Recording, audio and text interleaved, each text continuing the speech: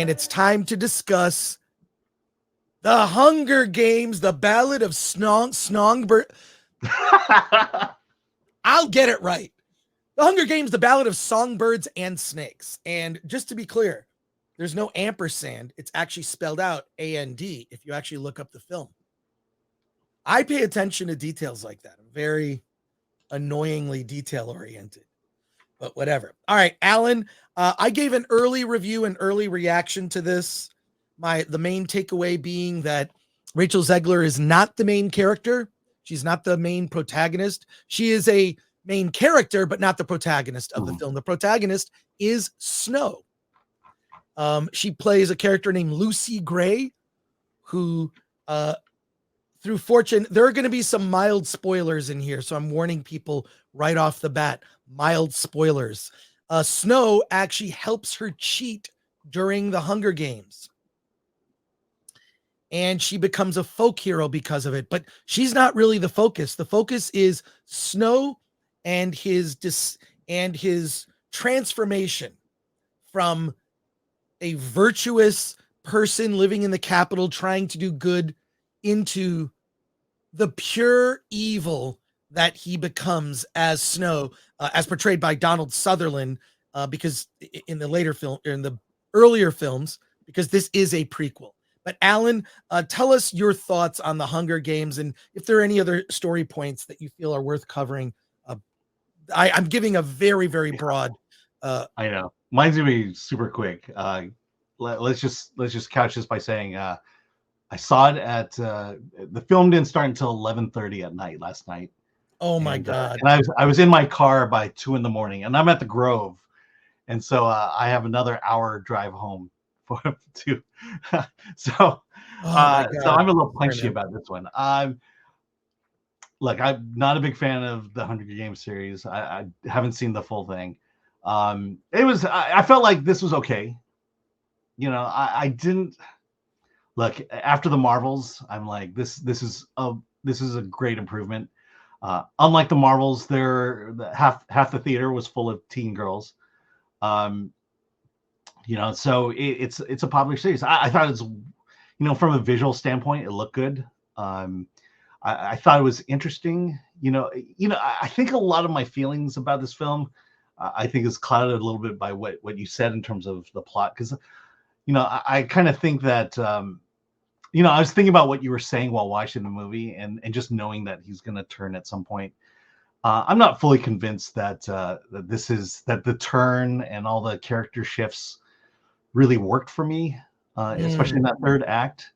But you know, I think I appreciate some of the storytelling elements that got us there.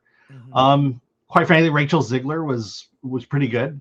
She's got for someone who is singing songs created off the top of her head, she does a really good job of doing that. it feels like it. I know it feels like it, but it's like, this is actually a pretty nice song.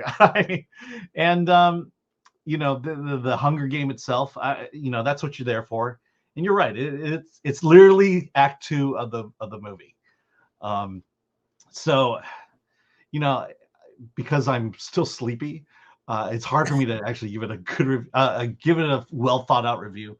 But I will say I don't really have any problems with this movie. I don't think it's the greatest movie ever made. I don't think it's as deep as I think it could have been. You know, there's a moment at the end with Peter Dinklage's character that is kind of like, oh, that's a really interesting thing he brought up. Right. But I felt like I don't feel like the film really built its way to. It just felt like he just said it as a way to make some kind of profound statement at the end. Wow, Viola Davis. Wow, she's so creepy in this one. It was really she's awful. I really like Viola Davis as an actress. She is terrible in this. She made choices. She made a choice to go, I'm just going to go over the top. I'm going to be mad scientist, creepy. And she does it. And it's so bad. It's embarrassing. It's like she's in a different movie than everyone else. Yeah. What are you doing?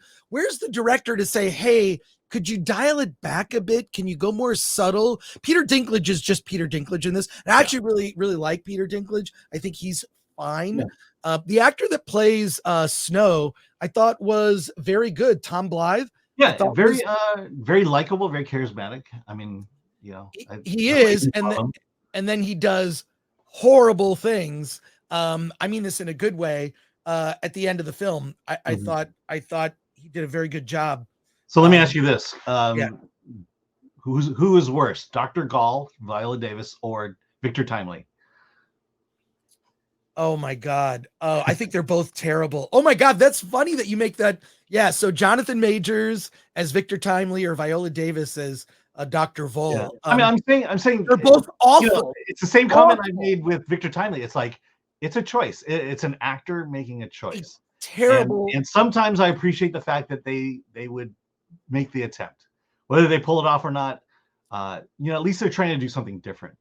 But yeah, who was worse? Whose choice was worse? Well, it's I think Viola Davis might have been worse because a lot of the effects that they associated with her character, she's like this mad scientist who's trying to come up with new twists in the Hunger Games to keep it interesting. And this is the early days of the Hunger Games. This is like the 10th Hunger Games, and it's not as popular with the populace, is kind of getting bored with it. So they have to mix in some stuff to make it popular. And Lucy Gray, as portrayed by Rachel Zegler, her character Lucy Gray becomes very popular because of her folk songs. You know, when she plays a song and then the public's like really interested in this young girl who is so frail and tiny, she's gonna die. Like, there's no way she has any chance in the Hunger Games. They're much stronger people. She will just get murdered. And of course, her character enjoys some success, and it's surprising, and not surprising when you learn that someone was helping her cheat. Hmm. So which I actually think like makes sense. Like, you're like, there's no way Rachel Zegler, her character could win the Hunger Games. I mean, I buy Jennifer Lawrence. Actually, I like the first Hunger Games movie. I thought it was a fine story. I don't know that you needed all the other sequels. Made no sense to me. I thought they were completely unnecessary sequels.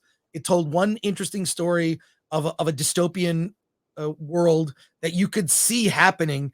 You could see resources being limited or only for elites, right? Mhm. Like, who would imagine that we'd be catapulting towards a world like that? Could anyone have imagined that Yeah, happening? so That where the you're elite. saying where the elites sit back in luxury and comfortability, watching the peons kill each other on the streets. Yeah. Who would have imagined that would be a world that I could, can't imagine the world would ever head in that direction. or a world like that could even exist? That's a crazy thought, Alan. Yeah. That's That crazy world thought. that world could exist outside your front door. At this point, yes. But look, I think this movie is it surprised me in the sense I had zero expectations. So and the fact that it's like the story pivoted more towards the story of Snow, I actually liked. I like that aspect. Mhm. It's almost like the trajectory of like an Anakin Skywalker, right? Of starting out completely virtuous and good, and then you see the turn to evil based on circumstances and politically how he looks at the world. That's the part of the movie that works for me. It didn't need to be 2.5 or 2 hours and 40 minutes, whatever it is. I mean, 2 hours. First of all, I can't believe that you were at the Grove and you saw it. And Yeah, then because I was at the Color Purple premiere, and that was another 2.5 hour movie, and I wasn't going to get back in time, so I decided I'm just going to go to the Grove and watch it there. oh my God. Well, you're tortured yourself for no reason, Alan. I feel Yeah, bad. I feel bad, but this is how dedicated Mr. Ng is. Ng the Merciless. Look, I think this movie is for me like a 5 out of 10. And it's hard to get enthusiastic. Are they trying to make another trilogy? I don't know. I don't know why we needed this film. Did we need a Snow prequel? It just yeah. um I mean, I'll say that the fans of the Hunger Games series that were in my theater liked the movie. I don't know that they interesting. would say it was. Yeah, I don't know where it was on their rankings. I'm pretty sure it was mid to low, but I mean, I think it served up the member berries and the nostalgia that it needed to. And there wasn't that much. There wasn't that many. But what I did like about it from a production design standpoint, the way it was directed, is this is a prequel. So because it's a prequel, the Hunger Games is not as sophisticated. They haven't even quite worked out the gameplay or how it works. It's literally just a bunch of kids in an arena with weapons. That's it. And they've got like some drones that kind of like can help or hurt.